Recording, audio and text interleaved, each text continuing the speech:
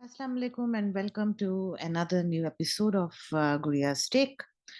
सबसे पहले तो आप सबका बहुत बहुत शुक्रिया जो आपने मेरा इससे पहले वाला रिव्यू जो सरकार के बारे में जो मैंने किया था उसको आपने इतना ज़्यादा प्यार दिया है, इतना ज़्यादा उसको उसको व्यूज़ मिले हैं, तो उसके लिए बहुत बहुत शुक्रिया, तहे दिल से बहुत शुक्रगुजार हूँ आप सबकी।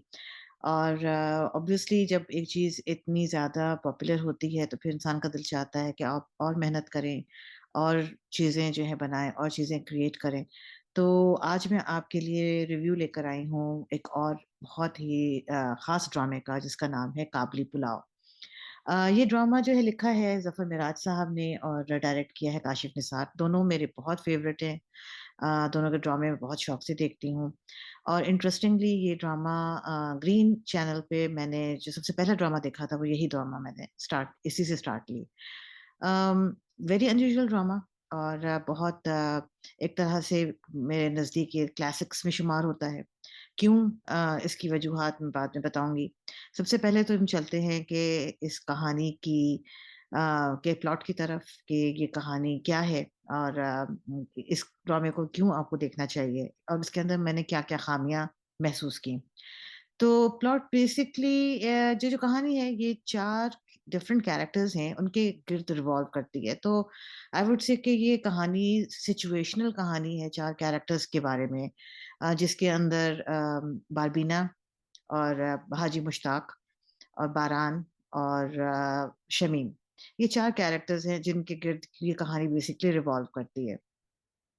बारबीना मेन कहानी है, कैरेक्टर है, जो कि एक अफ़गानी रेफ्यूजी है और वो यहाँ ऑब्वियसली पाकिस्तान में पनाह लेके आई है और उसकी क्या स्ट्रगल्स हैं, क्या हैं, वो सब चीज़ें इसके अंदर या एक अफ़गानी औरत का क्या कैरेक्टर है और उसके अंदर कितनी स्ट्रेंथ होती है कैरेक्टर वाइज़, वो सब कुछ उन्होंने इस ड्रामे के अंदर डिपिक्ट किया है।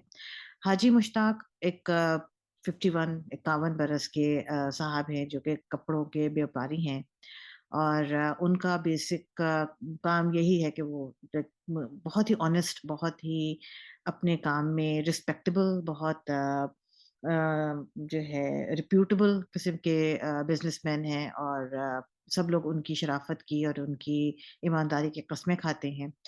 उन्होंने शादी नहीं की और अनमैरिड हैं और इस वजह से क्योंकि उनके ऊपर बहुत अपनी फैमिली की ज़िम्मेदारियाँ थी, अपने बहन-भाइयों की ज़िम्मेदारियाँ थी। सारी ज़िंदगी उन्होंने उन लोगों के बारे में सोचते हुए गुज़ारी, तो अपने बारे में उनको अपना इतना उनको ख़्याल नहीं रहा।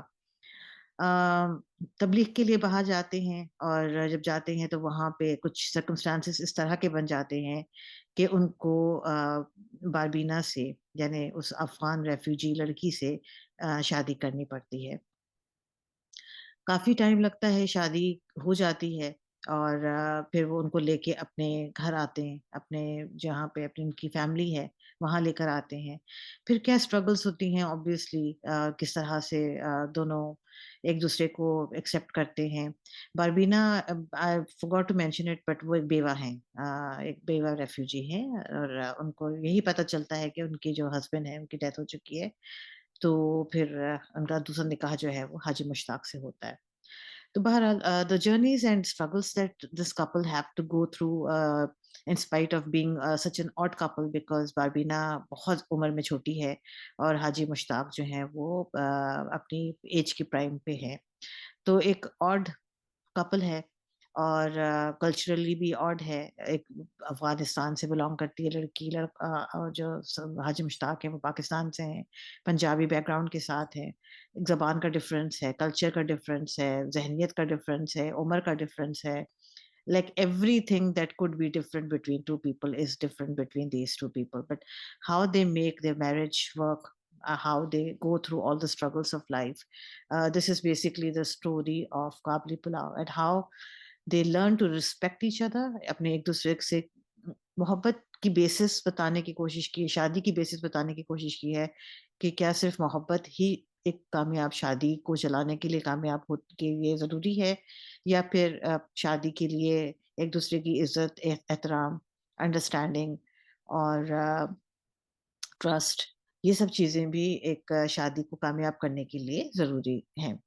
तो ये बेसिक इसका ड्रामे का प्लॉट है and excellent acting by all the actors, specially अगर मैं सबीना फारूक का नाम ना लूं एज बारबीना, जिन्होंने एक रूप फूंकी की है इस कैरेक्टर के अंदर, एहतशामुद्दीन साहब एज हाजी मुश्ताक, और जो है Nadia Khan as love interest या बचपन की मंगेतर मंगेतर, या बहरहाल लव लव इंटरेस्ट ही कहना चाहिए, या दोस्त, चले दोस्त कह लेते हैं हाजी मुश्ताक की। तो शमीम का कैरेक्टर वो प्ले करती हैं, और उसके अलावा बारान अब्दुल्ला ने प्ले किया है, जो कि बारबीना के मुर्दा हस्बैंड। तो very interesting story, in very unique story. और आज से पहले हमने पाकिस्तानी ड्रामों में ये तो बहुत देखा है कि एक आदमी की दो बीवियां हैं।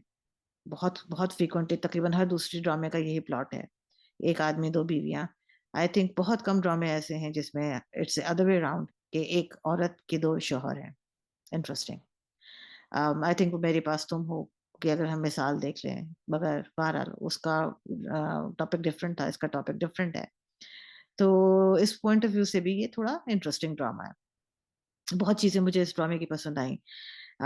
इसकी एक्टिंग पसंद आई, इसकी डायरेक्शन बहुत अच्छी लगी मुझे, इसका स्क्रिप्ट बेहद पसंद आया, और overall I think supporting cast ने बहुत अच्छा किरदार निभाया है। सब लोगों ने बहुत बहुत बहुत मेहनत की है इस ड्रामे के ऊपर। जहाँ पे बहुत सारी इसकी पॉजिटिव चीजें थी, वहां पे कुछ चीजें मुझे इसकी समझ भी नहीं आई। उस पर चले बात कर लेते हैं। सबसे पहले तो मुझे ये बात समझ में नहीं आई कि बारबीना का जो रोल है, सबसे इम्पोर्टेंट रोल इस ड्रामे का, अगर मैं कहूँ कि कोई है तो वो बारबीना है। एक अफ़गानी औरत जो कि, जो मेरा कॉन्सेप्ट एक अफ़गानी औरत का क्या है, कि ऐसी औरत जो कि अपने ऑनर के लिए मर भी सकती है और मार भी सकती है। तो इसलिए it was very interesting to see कि Barbina was a very such a character जिसने कि, और she is not dependent on anybody, not dependent at all. Um, उसको फाइनेंशियली भी बहुत इंडिपेंडेंट, वो अपने आप को जब जब उसके ऊपर मुश्किल आती है, तो वो अपने आप को प्रूव करती है कि मुझे किसी की ज़रूरत नहीं है, I can be pretty independent financially as well. बहुत सारी इस तरह की बातें उन्होंने ड्रामे में दिखाई हैं, जहाँ के वो उसने खुद स्टैंड लिया है चीज़ों को, खुद मैनेज किया है, फाइनेंशियली खुद हाजी साहब को सपोर्ट किया है, टू बी ऑनेस्ट, कि that's the reason Kabuli pulao, because वो बहुत अच्छा काबली पुलाव बनाती है, तो पुलाव बना-बना के वो सबको खिलाती है। तो एनीवे, जो चीज़ मुझे समझ में नहीं आई वो ये आई कि जहाँ तक मेरा ख़्याल था कि अफ़गानी ख़वातीन को उन्होंने स्ट्रॉन्ग दिखाया है, मगर उसके बावजूद बहुत सारी चीज़ों में मैंने देखा कि बारबीना ने बहुत सारी चीज़ें छुपाई, अपने हस्बैंड से छुपाई, हाजी मुश्ताक से। क्या-क्या चीज़ें छुपाई? पहली बात तो उसने अ, ये बात छुपाई कि किस तरह से जो है वो मल्टीपल टाइम्स उसके साथ लोगों ने अब्यूज़ उसको करने की कोशिश की। उसके ऊपर अटैक करने की कोशिश की। She never mention anything to Haji Sahab, even to the extent कि जब वो अपने अपने घर में है, हाजी मुश्ताक के घर में है, वहाँ पे जब उनका बहन के हस्बैंड गफ्फार, वो भी अगर उसके ऊपर बुरी नीयत डालता है, तो ये बात भी उसने हाजी साहब को नहीं बताई, which is like, which doesn't show me that like कि इन दोनों के बीच में इतनी ज़्यादा अंडरस्टैंडिंग या इतना एक ट्रस्ट है कि वो हर बात खुल के अपने हस्बैंड से कर सकती है। अ, बीच में फिर वो एक कोई मौलवी साहब भी थे, पता नहीं क्या थे वो, जो स्टूडेंट थे या मौलवी थे, उन्होंने भी कुछ इस तरह की हरकत की।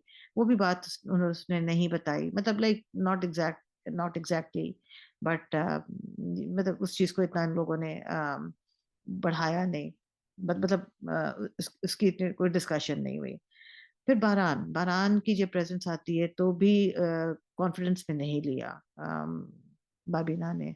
ऑब्वियसली वो सिचुएशन शायद ऐसी नहीं थी, उनके अपने भाई की डेथ हुई थी, he was also going through a stress at that time. और एक तो ये भाई की डेथ का मुझे समझ में नहीं आया, what was the point of killing the brother? Qayyum साहब को क्यों मार दिया गया? मुझे समझ में बात नहीं आई। बिकॉज़ वो पूरे ख़ानदान को सँभाल रहे थे, जब हाजी साहब नहीं थे। It was like sort of supporting the whole family. After his death सारा का सारा हाजी मुश्ताक पे आ गया कि he is the head of the family, he was the one who was supposed to take care, responsibility जैसे उन्होंने पहले उठाई थी, बाद में भी शायद उनको उठानी चाहिए थी, बिकॉज़ कुछ भी है वो उनकी अपनी फैमिली है। They are his flesh and blood, वो उनका पूरा खानदान है और वो उसमें ज़्यादातर ख़वातीन थी घर में। जो कि पाकिस्तानी ख़वातीन अनफॉर्च्युनेटली इतनी ज़्यादा इंडिपेंडेंट नहीं होती। तो उनका थोड़ा-सा एक रिस्पॉन्सिबिलिटी का एलिमेंट बढ़ जाना चाहिए था, मगर समहाउ वो सब कुछ छोड़-छाड़ के निकल जाते हैं एंड में कि भई मैंने बार्बिना के साथ रहना है। अब ये बात कुछ थोड़ी-सी मुझे हज़म नहीं हो रही, पहली बात। दूसरी बात, और उसके बाद ये भी नहीं, ये भी कि everything he hands over to Baran. Who is Baran for him?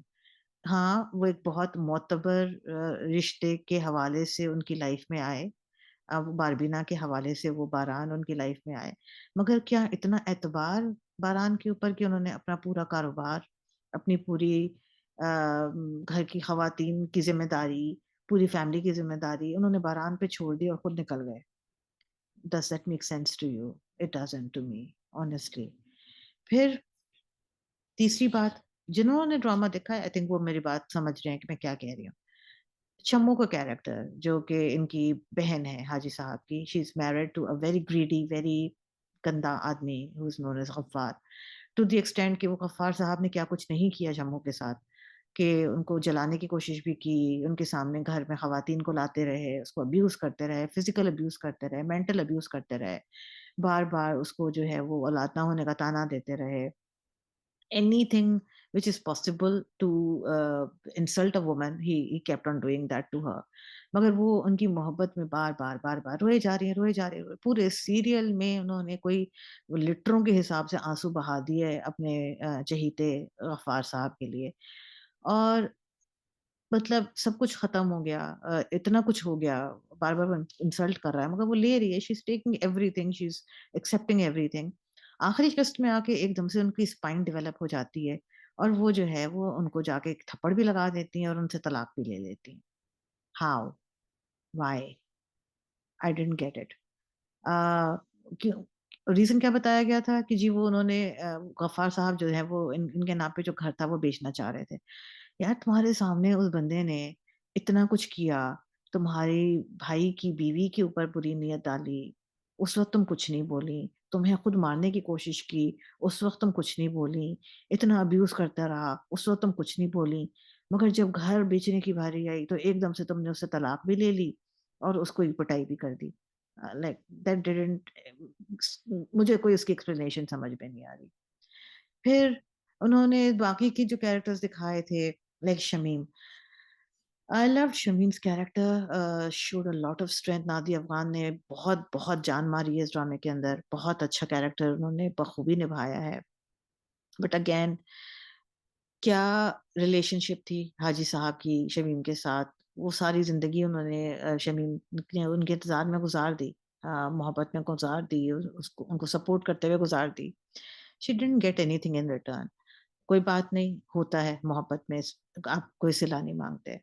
अच्छा, फिर उसके बाद उन्होंने शमीम के साथ एक और ट्रैक निकाला जी कि कोई एक छोटे इंस्पेक्टर साहब थे, वो इंस्पेक्टर साहब जो है वो बचपन से ही लेके as a student madam Shamim के साथ पढ़ते थे and then he falls in love with madam Shamim बचपन से ही।